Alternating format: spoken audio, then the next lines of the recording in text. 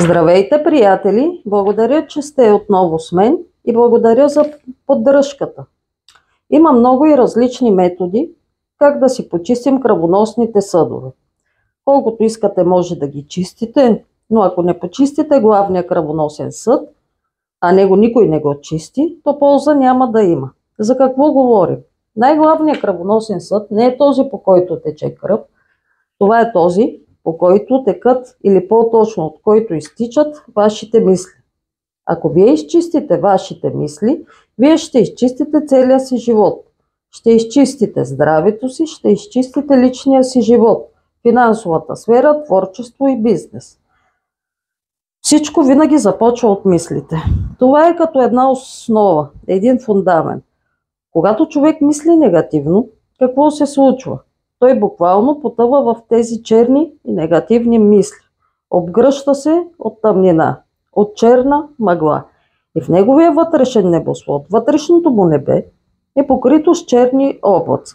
Като се потопи в такава тъмнина, човек губи сили, създава си разни болести, просто се губи огромно количество сили. И това, от друга страна, привлича точно това. Същия този негатив, същата тази чернота.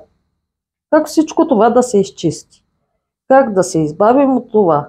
Както вече казах, във всеки от нас има такова вътрешно небе.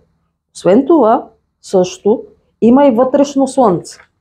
И така, с помощта на това вътрешно слънце е нужно да разсеем тези черни облаци. Как да го направим това?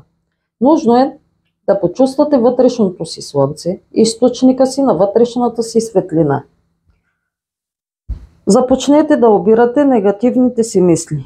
Най-важното е да се запомни. Ако вие можете да създавате тези мисли, това е във вашите сили, значи е във вашите сили и да ги унищожите. Започнете с най-главното, с най-актуалното, а именно от този момент, от този въпрос, който седи пред вас. Примерно, пред вас седи някаква задача или някакъв проблем и вие не можете да го решите. И у вас такива мисли. Нищо няма да ми се получи, изход няма, ситуацията е безнадежна. Всички тези мисли, буквално на светлината ги разтворете, унищожете ги. Насочете им вътрешната си светлина. А вместо това, като противовес на тези мисли, създайте нови, противоположни мисли. Например, аз ще намеря решение, всичко ми се получава, аз имам светла глава. По този начин вие ще изчистите вътрешното си небе. То ще стане ясно и с повече светлина. И в тази светлина вие ще видите пътища, на къде е нужно да се движите и какви решения да вземате.